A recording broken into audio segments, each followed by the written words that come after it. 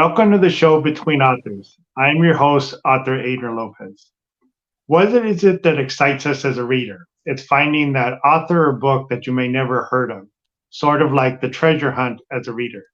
The goal from my podcast is to bring to you either those authors or those books that you may never have heard of, but may have been the treasure you've been searching for all along. Today on episode 28, I bring to you author Elisa and Pratt. We're going to discuss a little bit about who she is, what she's working on, and maybe what her plans are for the future. Welcome to the show, Elisa. Hi.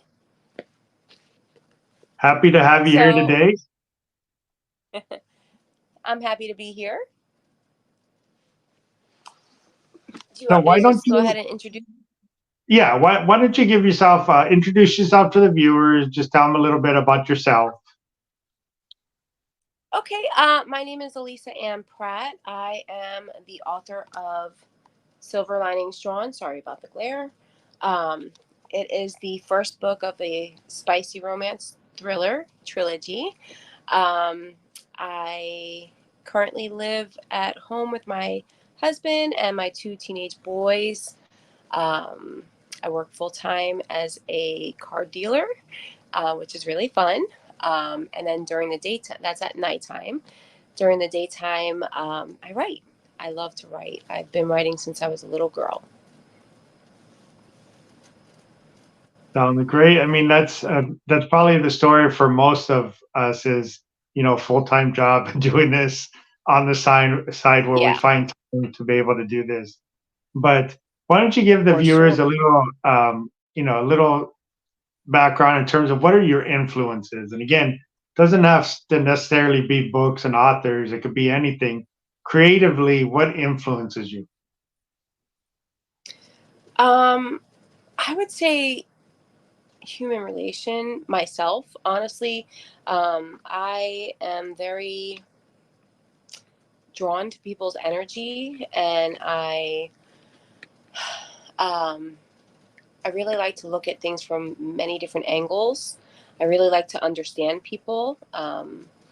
I tend to be very inquisitive, and um, I don't know, like I'm inspired by what I see around me, basically. Um, Hmm.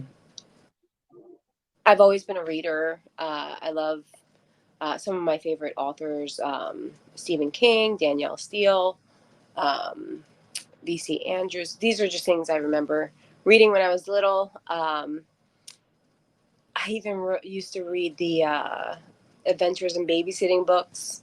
Um, I was always a big reader, Hmm. and I started writing when I was like maybe when I was able to write. Really.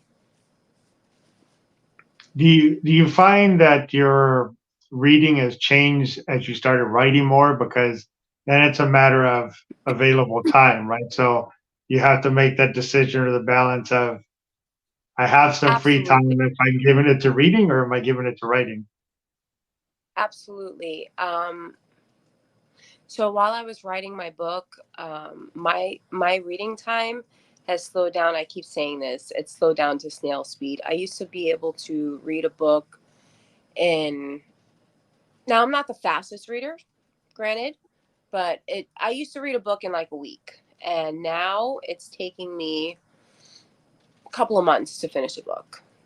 Yeah. Between marketing, writing, marketing, just everything that comes along with being an indie author. It's a lot, and doing it in my spare time as well. So um, I love reading, and I think it's important as a writer to read because it kind of you kind of lose touch when you don't. You know what I mean? As far as you know, writing basically. But I also noticed when I was writing my book and I was reading another book, um, it got to the point where I didn't want, like, I literally started writing in the same style, shall I say. It was unique. It wasn't my type, my form of writing. Um, and I kind of enjoyed it. So I started noticing that I kind of changed up the way I was writing my story, and I ended up having to fix it all. So I had to be careful, that I didn't let the style of writing influence myself too much so that it Yeah. wouldn't match up with the book. Yeah, I mean, one of the interesting things, and I've talked about it before in the podcast, is there's a couple of different things. One of it is your voice, your individual voice, right? And every author has their own voice in terms of how they tell their story, how they write it, how they describe it, how it gets put on paper. And one of the things I always try to mention, for those that are starting out, especially a lot of the newer authors, is basically it takes time maybe to find your voice, but stick with it, right? And a lot of people, like you said, what happens is you start trying to maybe, and you weren't, but trying to copy a style or be in a style, or you really like that and you're trying to do, but it's not really your voice, right? And you want to make sure you're genuine to your voice. And but it's very interesting. As I've really thought about this, writing in general, the correlation between writing and just life in general is very, very similar, right? And the reason I say that is, are you one that outlines everything, or do you just get in there and start writing? Okay, so I do write an outline. I did write an outline for my book. Do I follow it? No. And These. see, and This that's is what yeah, writes this. and that's the thing. Not even gonna.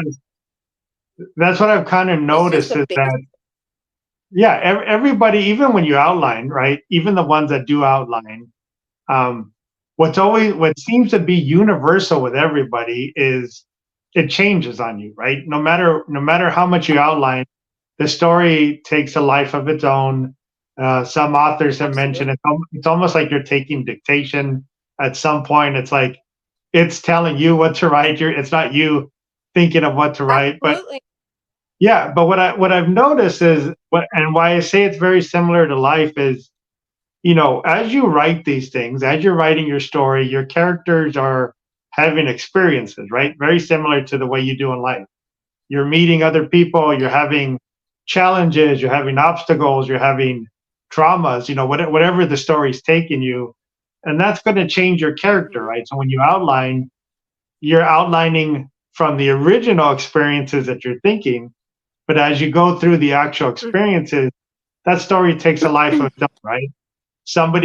A side character comes in that was smaller, and that's side character kind of takes over, and before you know it, they're a much Yeah. larger character in your story.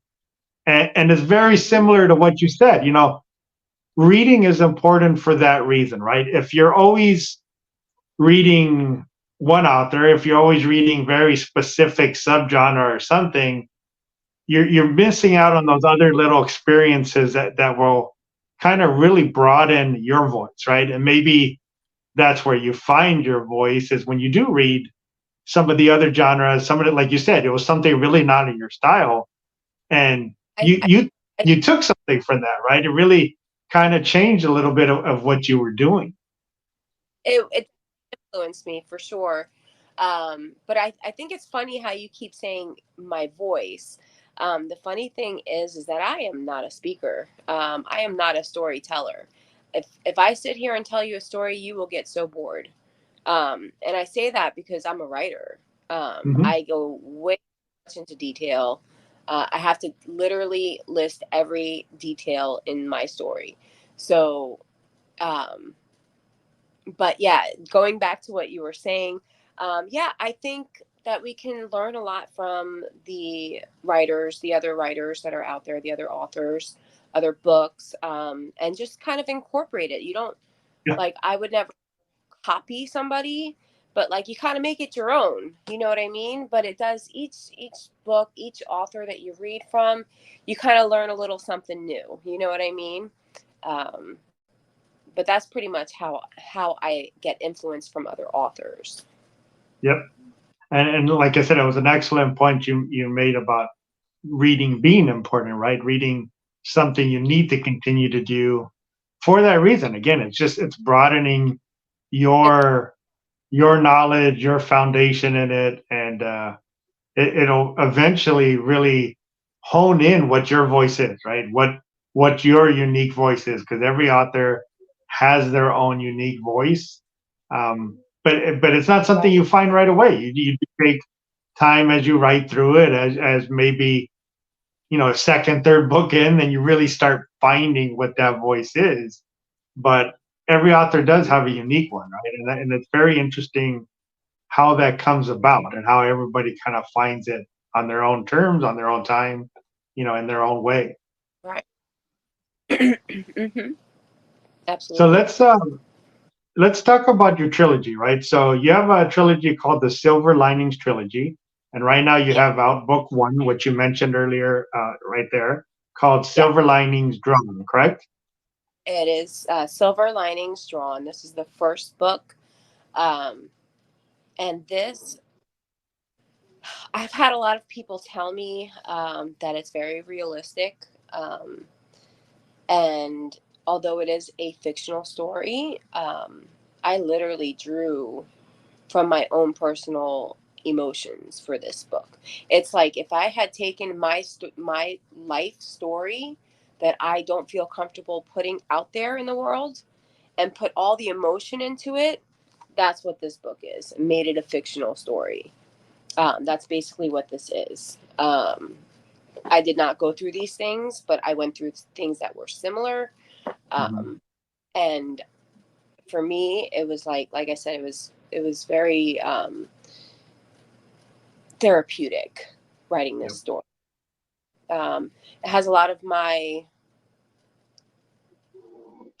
what's my message I want to get out to the world. Basically, I feel like writers should have a message if they're going to spend time putting all this time into cultivating a story for people to read in there, right? Yeah. And the message in this series essentially is that there's silver linings. We have dark times, and when we learn from them and see them as learning experiences, the silver lining is what comes afterwards. Yep. Absolutely. I mean, again, it goes back to, really growth for anybody is what comes after the challenge, right? What comes after the obstacle? What comes after the experience, right? And Exactly. that's, again, it's cliche, but again, there is no rainbow without the rain, right? You don't get that without Exactly. going through the challenge to get you Yeah. there, right? And that's it's an excellent message. And each But it does really reinforce the voice, right? Your voice, because you drew upon, like you said, not actual experiences, but you drew upon similar things for the emotion of those experiences, right? And again, right.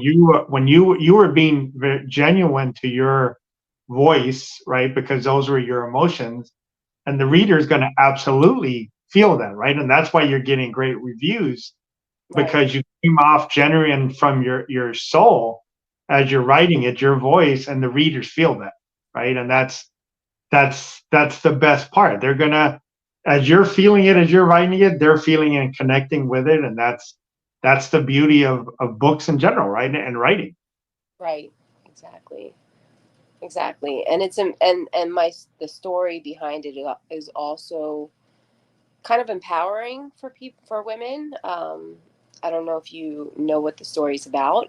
Um, I would love to read the blurb if you want me to, but Yeah, I don't know yeah, where. definitely. Go ahead. Okay, so I'm going to read it to you, and then you'll get an idea. So, fed up with her life and the abuse she suffered at the hands of her alcoholic boyfriend, Carla Taylor sets out on a journey to escape all the trauma she's endured. With no one to call and nowhere to go, she soon realizes how much she has isolated herself from the outside world. Deep down, Carla knows she deserves more out of life than what she's been handed. Determined to break free from the chains of her misery, she finds her way to a whole new town where she soon discovers her luck is all about to change. The promise of a life she's always longed for may be just around the corner. Will Carla's fresh start lead her to true love? Or will the ghosts of her past come crawling to drag her back into the pits of hell she fought so hard to escape? So essentially, it's about a girl who is leaving a difficult relationship. And the empowering part behind it is that is a very hard thing for many women to do. Some people don't ever get out of those things. Yeah. And my hope is to inspire somebody that may be in that situation, that, if they, basically go for it, there may be something better on the other side. Yeah, there's a lot of, especially women. You froze up on me. Sorry, am I back? Yeah, you're back. Yeah, I mean, there's like, again, there's a lot of women in that situation, but there's a lot of people in general in situations where sometimes they feel alone in that situation. And Mm-hmm. when like your book or other books, that are somewhat similar, it reminds them that they're not alone, right? It's not Right. something they're suffering through alone. There's others that have. There's a I want to read something really quickly, if you don't mind, from here. Yeah. It's short. Um, Something I wrote in the beginning. I'm shaking. Hold on one second. Yeah. Here it is. For anyone who has ever been in a dark place, please know you are never alone. With courage to begin again, we find our silver linings. Yep. I'll do it short. Yeah, and it's a great thing when you're able to do that, because again, even though it's not specific situations that you were through, like you said, you did pull on the emotions of stuff of similar things that you went through, Mm-hmm. and it is therapeutic for the author to do that, right? It is healing. It does help in some ways, but then Mm-hmm. again, it's that help and support that you're offering to those readers, right? It's very similar to my children's book that I wrote because my wife and I lost our daughter in pregnancy, and writing that helps. It helps with the healing part of that. But then the Absolutely. hope is again that others that read it that may have gone through the same thing. Again, it Mm-hmm. reminds them you're not alone, right? You're not alone. Other people have gone through it, and it's just one of the great things about writing in general, right? And putting books out there for others, that connection to the reader, that connection for others to find. Because a lot of people don't understand that there's so many other people that are going through very similar things, Yeah. even though sometimes you may feel like it isn't, right? You're on your own. Right. Exactly. And a lot of people in that situation just feel alone and, like I said, isolated. And I think the reason why, or I know at least the reason why I isolated myself, is because if I knew I wasn't going to do anything about it, the last thing I needed was more pressure to do something about Yeah. it. So that's why, there's that isolation period. But I wanted to see the main character break free from that. And that's basically what this is. Now, a friend of mine, excuse me, Mhm. um, a good friend of mine who I grew up with, she helped me edit the first like 4 chapters, but she read the whole story. And she mentioned that it was a thriller, and it kind of brought me back. My intention wasn't for it to be a thriller, but it brought me back to when I used to write short stories as a kid. That I do have thriller tendencies as far as like my writing. So I kind of put that spin on it towards the end. So it made it interesting for me. Yeah. Yeah, and it's a great way to do it because it doesn't change your message, right? Your message is still there. It's It's still there. just it's just a change maybe in the delivery. Mm-hmm. But again, it's you pulling in the reader, right? You getting that connection to the reader, Mhm. and it's just it's a great way to handle it and do it. Yeah. Um, I want to remind the viewers that are watching that down below under the description, I will have the links to Elisa's books. I will have the links to her socials, anything she has in there for you to be able to contact or find her work. Um, so that will be all down below when you want to look for that. And it's I love the way that you read your blurb, because for those that don't know you yet, right?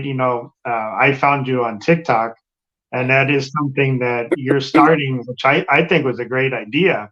Right. That you're supporting some other indie authors Oh. by reading the blurbs on their books too, to get them out there. Oh And yeah. I, that was really the reason I started this podcast again, was to support indie authors, because like you said, there's a lot of work involved in doing this. And It all takes. of us basically have our normal job, and then we do all this as a secondary one, right? But it's a passion project for us. It's a Absolutely. passion job.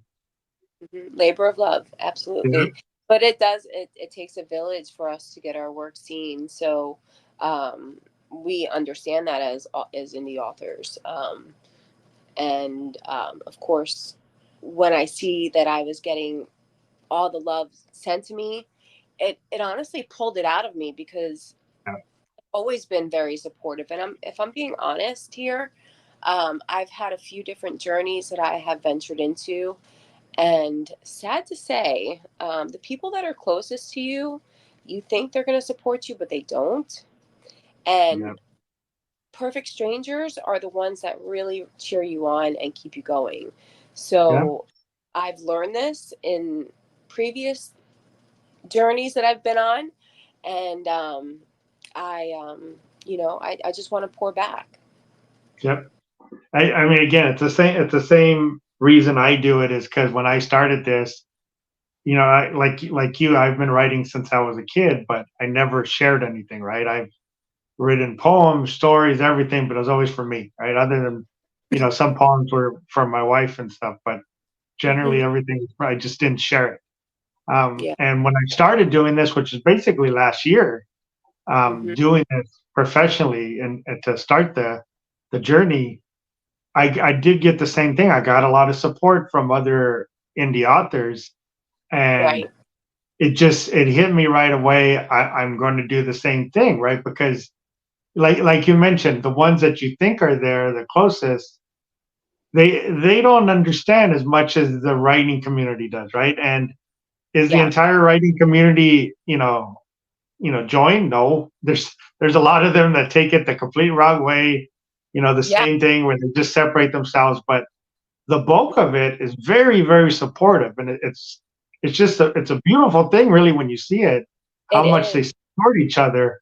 and, Yeah. and just because the thing is, we all understand, right? We all understand nobody's marketing for us. We got to do it ourselves. We all understand, you The funny know, the funny the thing is, fun, the money, everything that we put together to be able to do this. so So that's why you get that support. the funniest thing about it for me is that I was always supportive. I was always very supportive of other people. And then when I didn't see it getting returned to me, I kind of reclused it a little bit. And when I came onto Yeah, TikTok and Book Talk and seen, the support I was used to giving myself out there, it just pulled it right out of me. And that's like, it feels so good to be able to do that. yeah. I mean, I'm a Capricorn, so it's kind of, it's part of the sign to help and support. But like you said, there's a lot of Hmm. people that give you the. You're like, I don't know if I want to keep doing this, because there's some of these people kind of take advantage of it. But it's just something ingrained in you to That do is it, true. and, And and that's, like that's how why you I mentioned do it. you're That's a why I cat, try to help. Yeah, because I'm a Virgo, but this is another thing that about me. I almost everybody that I meet, I call myself the birthday queen, because I like to know what sign everybody is, and like it helps me understand people. I may not know like worldly things, Like my husband, he knows so many things that I have no idea about. But when it comes to actual people and like how they work, like how they tick and that kind of thing, emotion, that is where, that's where I live. Basically, that's the world that I'm in, my realm, I guess. Yeah. Um, Yeah, so I'm textbook Capricorn. I mean, you could probably go down and check off the different things that go on there. It's pretty too darn accurate, actually, sometimes. determined too. He's very determined too. My son is.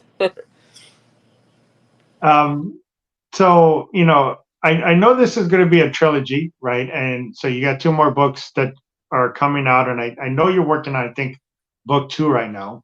Correct. But I have a couple of questions for your book, or it could be for the series, right? So you can take it any way you want to on there.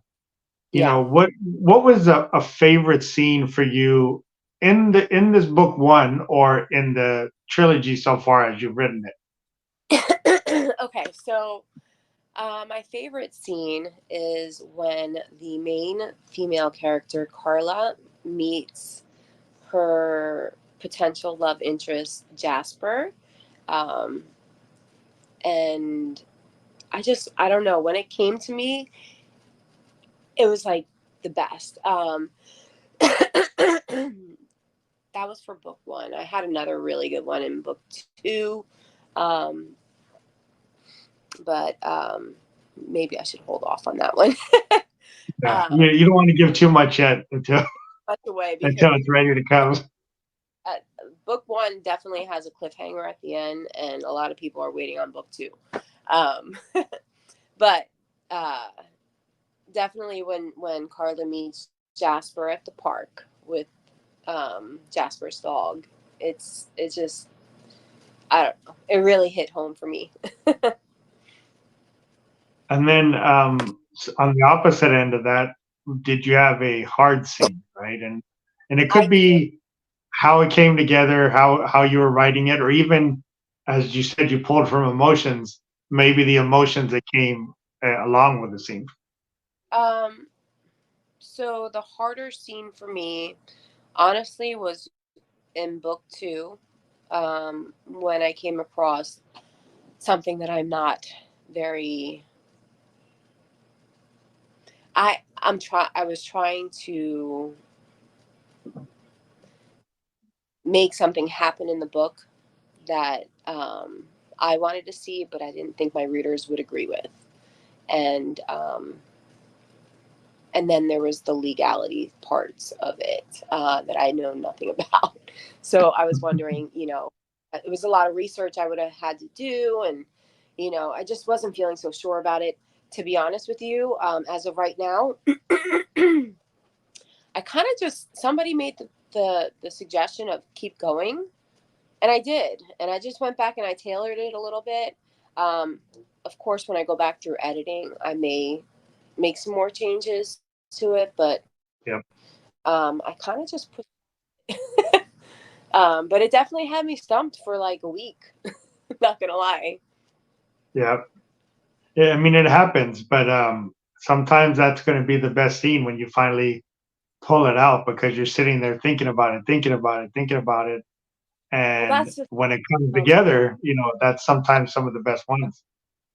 that's the thing. My favorite scene in book two, if I didn't let it continue the way I was going with it, I would have had to pull that scene, and that was like I couldn't even tell you which one I like better. Was the first in the first book or that one, which I can't really give away. So, but I not want to get rid of that scene. So, so like I said, I just kind of tailored it a little bit and kind of let things a little bit more vague, um, Hmm. to because we're writers, and I keep telling myself. My writing affirmations. I can write my way through anything. You know what I mean? Um, Yep. so yeah. Yeah. I mean, I, I don't, haven't been writing long enough on this side of it professionally, right? Again, like I said, I've written as a kid, but Hmm. it just, to me, I feel like maybe sometimes the writer's block when people get that, because I haven't technically have had that yet, because a lot of times when I write, I've already kind of thought my story through in my head, Hmm. and I'm one of the ones I don't outline, but I kind of outline it in my head. I almost have like the entire thing Oh yeah, there, I and it have just book comes out, right up right? here. Yeah, and it just comes out, and I think I just have to walk it again, off. yeah, and I don't think, again, I don't know if this is accurate, but I think a lot of times maybe the writer's block is really trying to force certain scenes in the way you want to absolutely make sure it goes, rather again than letting it organically flow. And like you said, when you came back, you wanted it a certain way and you couldn't get it. But when you came back and kind of tailored it and looked at it, you're able to get through it, right? And I just think, and again, I could be completely wrong and completely off base, but a lot of times I think it may just be the fact that you're trying to force either the outline or that initial thought instead of just letting it go, right? And just letting it kind of build itself. Yeah, no, I even posted on TikTok when I was conflicted, to try to gain perspective from my readers without giving away the story. um, so because I care about my readers and how and the message that's coming across in the story, um, and um, yeah, so like I definitely took it all into consideration. And I still, like I said, I still may need to go back and still do some more tailoring, but whoever suggested for me to write past it, uh, thank you, because I've gotten I've gotten a lot further since then. Yeah. Um, and we'll see what happens in the editing process and proofreading and whatnot. But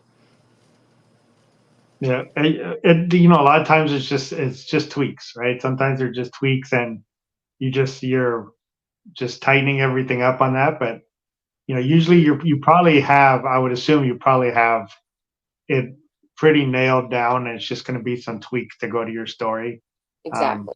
but that's great that you're able to get through that and come out with kind of where you really wanted to go with it. Hmm. Um, in terms of the books, research wise, and I always like to ask this in terms of just what kind of research you did.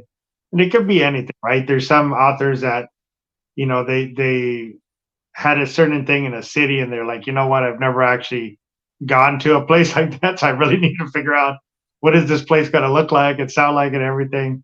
So, what kind of research did you do for the book one, but generally in the trilogy as you're writing it? So I did do some research on the places. I have been to, well, I haven't been. So, book one takes place in Virginia and Boston. And I just basically did some distance, like, is how far is this from there, from that, just to make sure that it kind of lined up. But the little things that you would be surprised that I researched were meanings behind the names of my characters. Because I'm a very analytical person and I look for meaning in everything, like every little smallest little detail. Yeah. So I wanted to make sure that the character's name suited what their name meant, suited their character. So I also did research on that as well. Yeah. And again, that's something that the readers will connect with, because there's a lot of readers that feel the same way, and they'll say that character definitely doesn't sound like whatever the name is. It Yeah, sounds more like this. So right. it's all those little things that you did, that you really thought about, that again help the reader as they go through it, right? As they're reading the story, it's that connection again, that connection with them and you, Oh yeah. as you're telling them the story. Mhm. Um, you have, like I said, you're working on book two, right? Are you planning to do book two sometime this year, or do you have like Um, a certain period you're looking for? yes, actually, there is. I don't know what I'm doing in book 3 yet. I mean, I know a basis for book 3 of how I want it to like kind of end, but it is my goal to have book 2 out as soon as possible, because there are a lot of people waiting for it. In my so I left Silver Linings Drawn on a major cliffhanger. And the reason why I did that is because any good Netflix series has one. So, um,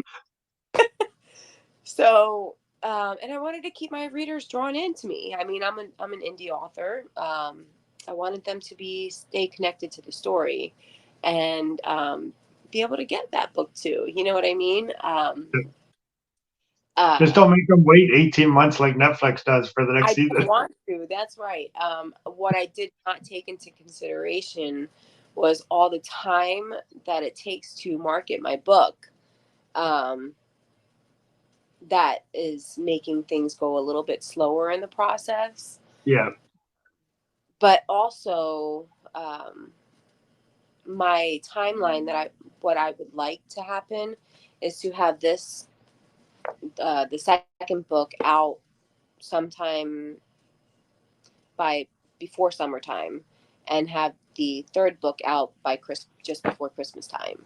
So that's what I'm hoping for. We'll Okay. cross. So, question for you. In terms of you finished the trilogy, right? 2024 full trilogy out there, best selling, everybody's buying it. There's a Lifetime movie planned in the works for your whole trilogy. What is the next steps for you when this trilogy is done? Do you have, and again, you don't need to, but do you have any goals yet in terms of what you want to do after that? Do you want So, to change genres? Do you have other things you're thinking of? um, honestly, my commitment is to this trilogy, number one. I don't know how I'm going to feel at that point, if I'm going to continue writing. I mean, I'm sure I'm going to always write because I've always been a but I was not aware of all the work that's involved in this.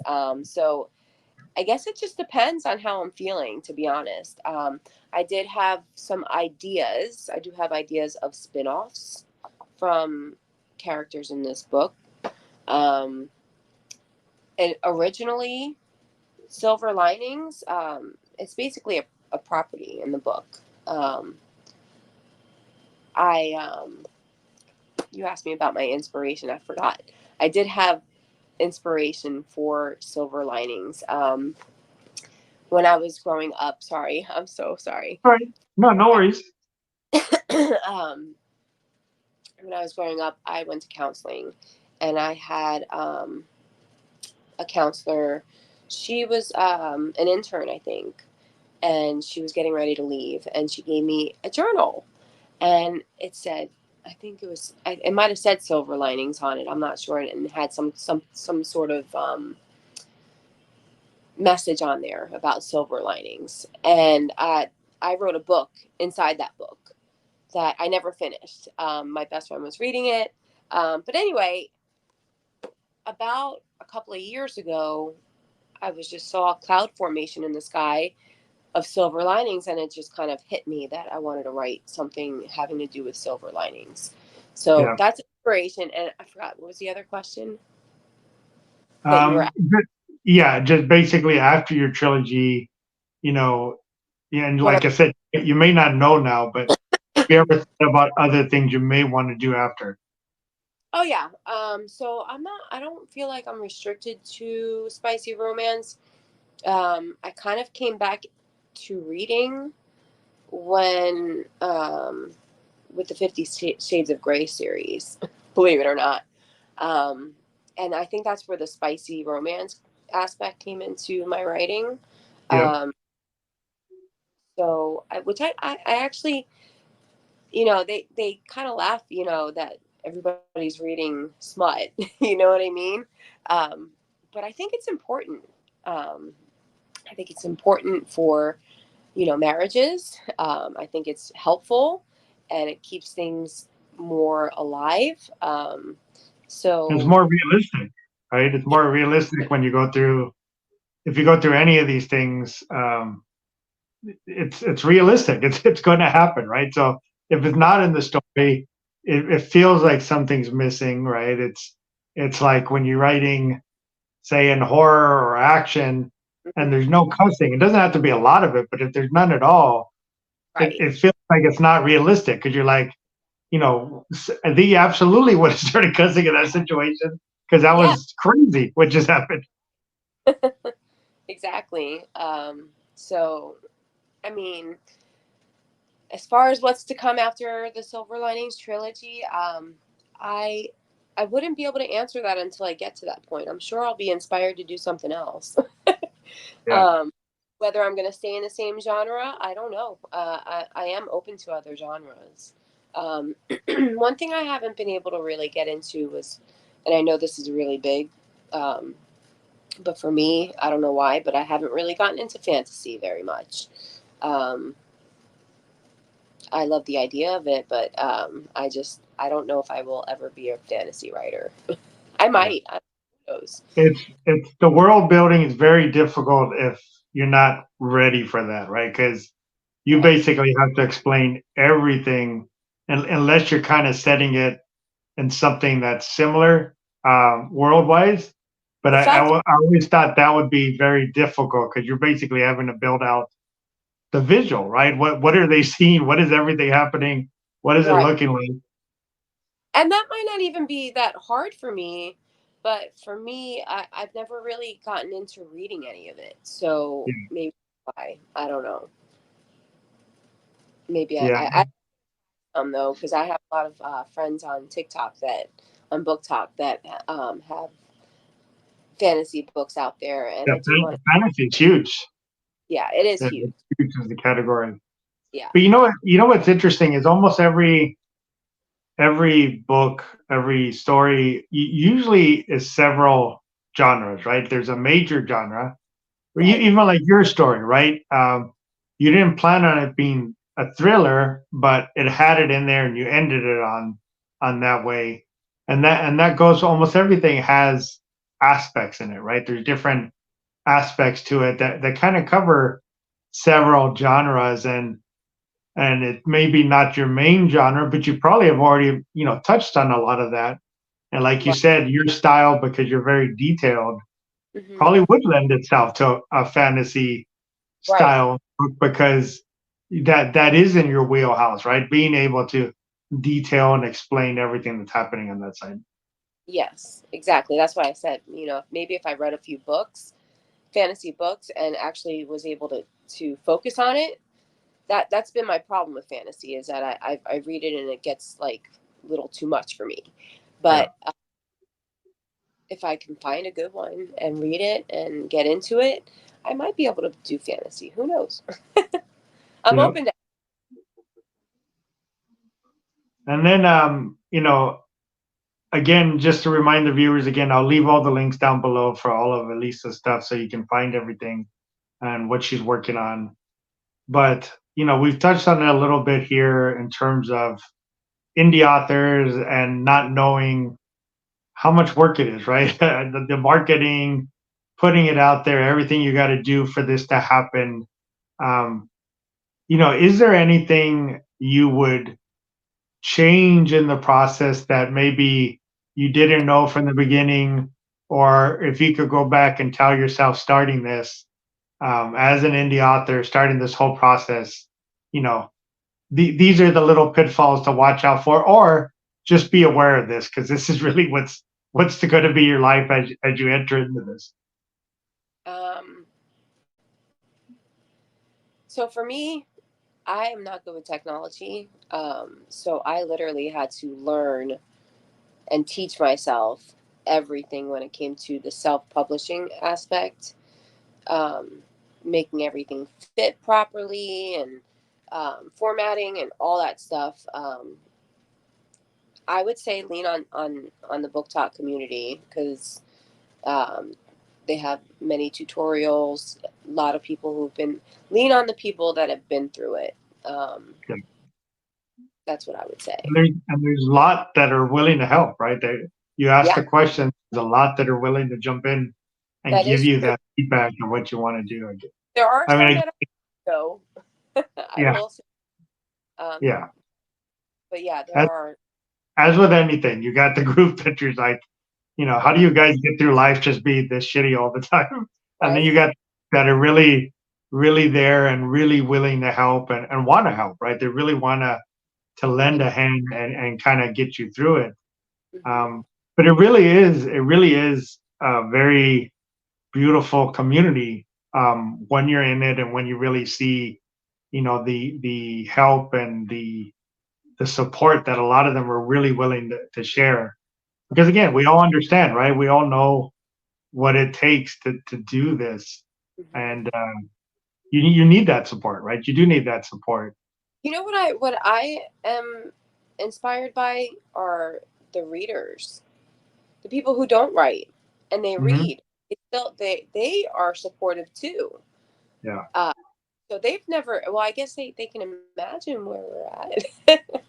um, but yeah, I it's just Yeah, amazing. I mean, the dedication on some of them, as I go through and on, being on TikTok more than I was previously, Hmm. just going through a lot of the book talk stuff, the dedication and amount of books that they go through and reading and and really, the effort that they do is kind of Incredible. impressive, right? It really is impressive. I mean I was always, like I said, I was always a reader, but I did not. I've never connected with other people about my reading. I just kept my nose in a book. Um, it's amazing to me, like how big it really is. Like how it's a thing. Yeah. It's definitely a thing. Yeah, it's a lot bigger than I ever imagined, right? The community for one. I never imagined the size of that it is. Um, Definitely, like we said, the camaraderie and the support that you get from it. But yeah, just when you look at some of the numbers in terms of some of the keywords or the hashtags and stuff, and you're like, just the volume of some of these things, you're like, it is That's, impressive. I would say to check on that keyword thing because I think that's where may have messed up. I don't know. um, I did see something about checking out the keywords, but I didn't watch the video or whatever it told us to do, as far as finding the proper keywords for your book. Definitely Yeah, look I mean, it's basically, you want to do it because I've been in furniture for 20 some years for e-commerce, and hmm it's very similar, right? So the keywords are really basically look at yourself like if you were searching for your book, what would hmm you look for, right? And that's what would you put in that search bar to find your book? And that's really what you want, right? You want the normal reader. Are they going to put thriller in there? That's one of your keywords. but Are they going to put, you be know, creative. From what I understand, you have to be creative to be in the categories that aren't so saturated as well. yeah. There's a lot. There's again, it's a whole bunch of things you got to do, but there's a lot of research to find out what categories you want to be, Hmm. what categories your readers are going to find you, Right. um, what categories you're not going to get lost in, right? You just not get Yeah. buried down, among thousands and thousands of options. There's a lot involved in it. Again, goes back to, as an indie author starting up, you got to understand, you're just not going to write it, put it online, and turn around. You're like, oh, I'm top 10. It just doesn't work that way. There's a lot of stuff involved in it. No, there's definitely a lot more involved in this whole process than I ever even imagined. For me, I was just like, oh, I'm just gonna write my story and I'm gonna publish it. I just hit a Yeah. button. I just hit a button and then it's done. It's out there in the world. No, no, no. There's definitely work involved. But like I said, the community, you need to lean on them for support because they will be there to help you through every step of the way. Yep, absolutely. Um, yeah, and I'm looking forward to see what the rest of your trilogy does. I've seen as you're posting some of your reviews and stuff, you're getting great reviews. They really do seem to love your book, and just Thank you. looking forward to what you have coming out. Always have my support. I'm definitely going to keep Yeah. supporting you and You're, resending stuff out there for you to get it out there. yes. Thank you so much for all of your support. You are absolutely incredible. Like, my phone is going to die soon. I'm running out of my battery on my phone. Okay, yeah, we're just about at the end here, so you should Okay. be good. But yeah, just again, I want to thank you for coming on. I really enjoyed our conversation, Me, getting your book, your voice and everything out there for the viewers to see, and hopefully I can get you some more readers, or a bigger, you know, market that maybe hasn't seen you. I will boost this on Twitter as well as TikTok, just to get you out there so with more people can find it. And awesome. again, to the viewers, just really want to thank you again for sticking around and watching. Definitely subscribe to the channel so you don't miss all the amazing authors coming up. And leave us a comment if you have any questions for myself or Elisa. We're glad to answer them. Anything about her books, any questions in general, we're here to help you. And just want to say thank you again, Elisa, and thank you, viewers. Thank you. Goodbye. Bye.